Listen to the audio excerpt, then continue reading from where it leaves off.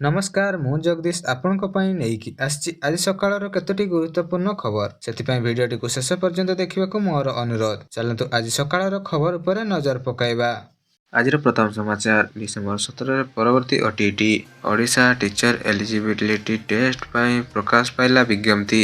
ଉଭୟ in service ଶିକ୍ଷକ ଓ ଅସ୍ଥାୟୀ ପ୍ରାର୍ଥୀଙ୍କ ପାଇଁ ଏହି ବିଜ୍ଞପ୍ତି ପ୍ରକାଶ ପାଇଛି। ଆଜିଠାରୁ 25 ତାରିଖ ପର୍ଯ୍ୟନ୍ତ ଏଥିପାଇଁ ଫର୍ମ ପୂରଣ ହେବ ଏବଂ ବୋର୍ଡ ୱେବସାଇଟ୍ www.pscodisha.ac.in ରେ ସବିଶେଷ ତଥ୍ୟ ଉପଲବ୍ଧ ହେବ। ବୋର୍ଡ ଅନୁଯାୟୀ ଯୋଗ୍ୟ ଏବଂ ଆଗ୍ରହୀ ପ୍ରାର୍ଥୀମାନେ ଆଜିଠାରୁ କେବଳ www.pscodisha.ac.in ରେ ଅନଲାଇନ୍ ଆବେଦନ କରିପାରିବେ। ଓଟିଇଟି 2025 ଫର୍ମ ପୂରଣ ନଭେମ୍ବର 25 ମଧ୍ୟରାତ୍ରି ପର୍ଯ୍ୟନ୍ତ ଜାରି ରହିବା ବେଳେ ଅନଲାଇନ୍ ପଞ୍ଜୀକରଣ ପାଇଁ ନିର୍ଦ୍ଦେଶାବଳୀ ପ୍ରାର୍ଥୀମାନଙ୍କ ପ୍ରଯୁକ୍ତ ଯୋଗ୍ୟତା ଓ ଯୋଗ୍ୟତା ମାନଦଣ୍ଡ ପାଠ୍ୟକ୍ରମ ଏବଂ ନିରନ୍ତର ପ୍ରମାଣପତ୍ର ପାଇଁ ଫର୍ମାଟ୍ ସମ୍ବଳିତ ନିର୍ଦ୍ଦେଶାବଳୀ www.pscodisha.ac.in ୱେବସାଇଟ୍ରେ ଉପଲବ୍ଧ ରହିବ।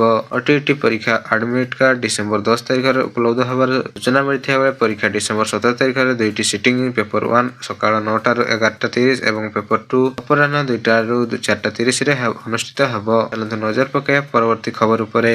ଓଡ଼ିଶାରେ ଶୀତର ଲହରୀ ବୃଦ୍ଧି ପାଉଥିବା ବେଳେ ଆସନ୍ତା 24 ଘଣ୍ଟା ମଧ୍ୟରେ ରାତିରେ ତାପମାତ୍ରା 2ରୁ 3 ଡିଗ୍ରୀ ଖସିବ ବୋଲି ଭାରତୀୟ ପାଣିପାଗ ବିଭାଗ ଆଇଏମ୍ଡି ମଙ୍ଗଳବାର ସୂଚନା ଦେଇଥିଲେ। ପାଣିପାଗ ବିଭାଗ ପକ୍ଷରୁ ନଭେମ୍ବର 11-12 ତାରିଖରେ କନ୍ଧମାଳ, ଝାରସୁଗୁଡ଼ା ଏବଂ ସୁନ୍ଦରଗଡ଼ ଜିଲ୍ଲା ପାଇଁ ଶୀତର ଲହରୀ ଆଲର୍ଟ ଜାରି କରାଯାଇଛି। ତେବେ ଏହା ପରେ ସର୍ବନିମ୍ନ ତାପମାତ୍ରା କୌଣସି ହ୍ରାସ ହେବ ନାହିଁ। ଓଡ଼ିଶାର ଆଡ଼କୁ ଉତ୍ତର ପଶ୍ଚିମ ପବନ ପ୍ରବାହ ଯୋଗୁଁ ପାରଦ ହ୍ରାସ ପାଇଛି।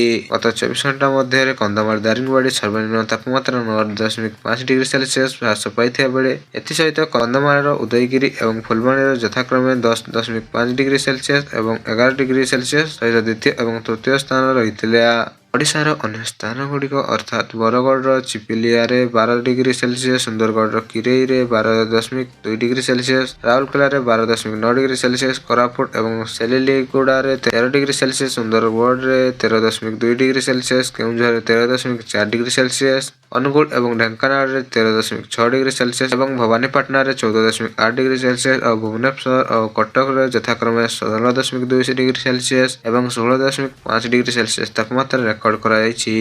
ଏଥିସହିତ ରାଉରକେଲା, କୋରାପୁଟ ଏବଂ ଭବାନୀପାଟଣାରେ ମଧ୍ୟ କୁହୁଡ଼ି ଦେଖିବାକୁ ମିଳିଥିବା ବେଳେ ଭୁବନେଶ୍ୱର ସମେତ ଅନ୍ୟ ସ୍ଥାନଗୁଡ଼ିକରେ ଗତ କିଛି ସପ୍ତାହ ମଧ୍ୟରେ ସର୍ବନିମ୍ନ ତାପମାତ୍ରା ତୀବ୍ର ହ୍ରାସ ଘଟିଛି। ଭୁବନେଶ୍ୱର ଏବଂ କଟକ ଯମଜ ସହର ଯଥାକ୍ରମେ 16.2 ଡିଗ୍ରୀ ସେଲସିୟସ୍ ଏବଂ 16.5 ଡିଗ୍ରୀ ସେଲସିୟସ୍, 4.4 ଡିଗ୍ରୀ ସେଲସିୟସ୍ ଏବଂ 3.1 ଡିଗ୍ରୀ ସେଲସିୟସ୍ ସ୍ୱାଭାବିକଠାରୁ କମ୍ ରେକର୍ଡ କରାଯାଇଛି।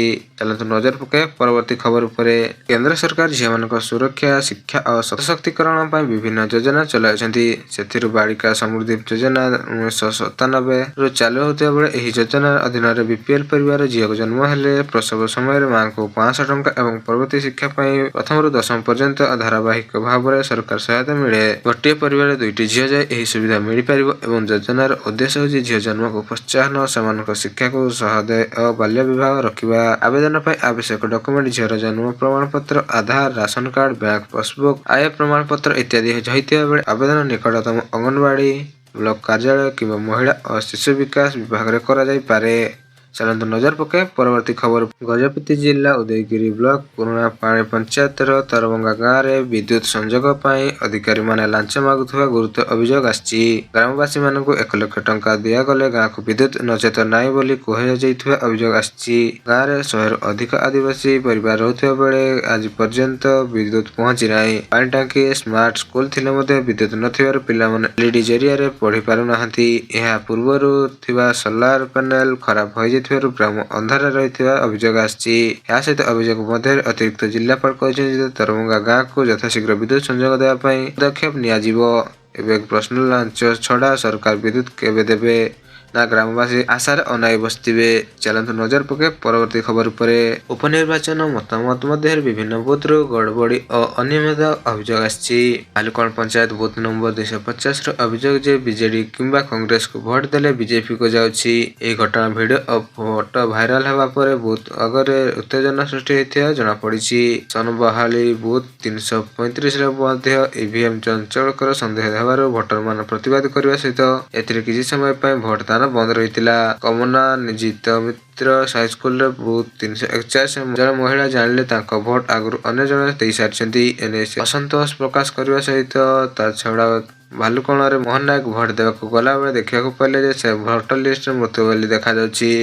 ସେ ଜୀବିତ ଥାଇ ସତ୍ତ୍ୱେ ତାଙ୍କ ନାଁ କାଟି ଦେଇଥିବା ଆକ୍ରୋଶ ପ୍ରକାଶ କରିଥିଲେ। ଅନ୍ୟପଟେ ବୁଥ 46ରେ ପ୍ରିଜାଇଡିଂ ଅଫିସର ସନ୍ଦୀପ କୁମାର ସ୍ୱାଇଁଙ୍କ ମତଦାନ ଗୋପନୀୟତା ଓ ଉଲ୍ଲଂଘନ ଅଭିଯୋଗରେ ନିଲମ୍ବିତ କରାଯାଇଛି। ଚାଲନ୍ତୁ ନଜର ପକାଇବା ପରବର୍ତ୍ତୀ ଖବର ଉପରେ। ଶ୍ରୀ ଅନ୍ନ ଅଭିଯାନରେ ଚାଷ କମିଲା। ରାଜ୍ୟ ସରକାରଙ୍କ ଓଡ଼ିଶା ମିଲେଟ ମିଶନ ତଳୁ ଚାଲୁଥିବା ଶ୍ରୀ ଅନ୍ନ ଅଭିଯାନ ଏଥର ତୀବ୍ର ହ୍ରାସ ଦେଖାଇବାକୁ ମିଳିଛି। ଗତ ବର୍ଷ 7,350 ହେକ୍ଟର ଜମିରେ ମାଣ୍ଡିଆ, ସୁଆଁ, କାଜୁ ଆଦି ଚାଷ ହେଉଥିବା ବେଳେ ଏ ବର୍ଷ ସେଥିରେ ହ୍ରାସ ପାଇ 4,359 ହେକ୍ଟର ଆସି ପହଞ୍ଚିଛି। ମୋଟ 2,991 ହେକ୍ଟର ଚାଷ ହୋଇଥିବା ବେଳେ ଏଥିର ମୁଖ୍ୟ କାରଣ ହେଉଛି କ୍ଷୁଦ୍ର ଶସ୍ୟ ବିକ୍ରି ପାଇଁ ମଣ୍ଡି ବ୍ୟବସ୍ଥା ନଥିବା ଏବଂ ଟିସିସି କମ୍ ମାତ୍ରାରେ ମାଣ୍ଡିଆ କିଣୁଥିବା ଏବଂ ଚାଷ ପାଇଁ ମକା ଓ ନୀଳଗିରିର ଅଧିକ ଲାଭ ଦେଉଥିବା। ପୂର୍ବରୁ ପାରମ୍ପରିକ ଜୈବିକ ପଦ୍ଧତିରେ ହୋଇଥିବା ଚାଷ ଏବେ ରାସାୟନିକ ସାର ଓ ହାଇବ୍ରିଡ ବିହନ ଉପରେ ନିର୍ଭରଶୀଳ ହୋଇପଡ଼ିଛି, ଯାହାର ପରିଣାମରେ ଜମି ଉର୍ବରତା ହ୍ରାସ ପାଉଛି। ଜିଲ୍ଲା ମୁଖ୍ୟ କୃଷି ଅଧିକାରୀ ସୁଧୀରଜନ ବେହେରା କହିଛନ୍ତି ଯେ ଧାନ ଓ ମକାକୁ ଛାଡ଼ି କ୍ଷୁଦ୍ର ଶସ୍ୟ ବିକ୍ରି ନିଶ୍ଚିତ ନ ହେବାକୁ ଚାଷୀମାନେ ବାଧ୍ୟ ହୋଇ ଅନ୍ୟ ଚାଷକୁ ମୁହାଁଉଛନ୍ତି। ଏଥର ପରିଣାମରେ ମାଣ୍ଡିଆ, ସୁଆଁ, କାଜୁ, ଡାଲି ଜାତୀୟ ଶସ୍ୟ ଦିନକୁ ଦିନ ଲୋପ ପାଉଛି। ଯେତେବେଳେ ବିଶ୍ୱ ବଜାରରେ ଶ୍ରୀ ଅନ୍ନ ଚାହିଦା ବଢ଼ୁଛି, ତେବେ ଜିଲ୍ଲାରେ ଏହି ଶସ୍ୟ ଚାଷ ହ୍ରାସ ପାଉଛି ବୋଲି ଏହା ଚିନ୍ତାଜନକ ବିଷୟ ବୋଲି କହିଛନ୍ତି। ଚାଲନ୍ତୁ ନଜର ପକାଇବା ପରବର୍ତ୍ତୀ ଖବର ଉପରେ। ବୃହତ ମୁକ୍ତାକାଶ ରଙ୍ଗମଞ୍ଚ ବରଗଡ଼ ଧନୁଯାତ୍ରା ମହୋତ୍ସବ ଆସନ୍ତା ଡିସେମ୍ବର ମାସ 24 ତାରିଖରୁ ଆରମ୍ଭ ହେବ। ଦୀର୍ଘ 11 ଦିନ ବ୍ୟାପୀ ଆସନ୍ତା 2026 ମସିହା ଜାନୁଆରୀ ମାସ 3 ତାରିଖ ପର୍ଯ୍ୟନ୍ତ ଏହି ମହୋତ୍ସବ ଚାଲିବ। ତେବେ ଏଥର ମହୋତ୍ସବରେ ଅଭିନୟ କରିବା ପାଇଁ କଂସ ସମେତ ଅନ୍ୟ ପ୍ରମୁଖ ଚରିତ୍ର ପାଇଁ କଳାକାର ଚୟନ କରାଯିବ।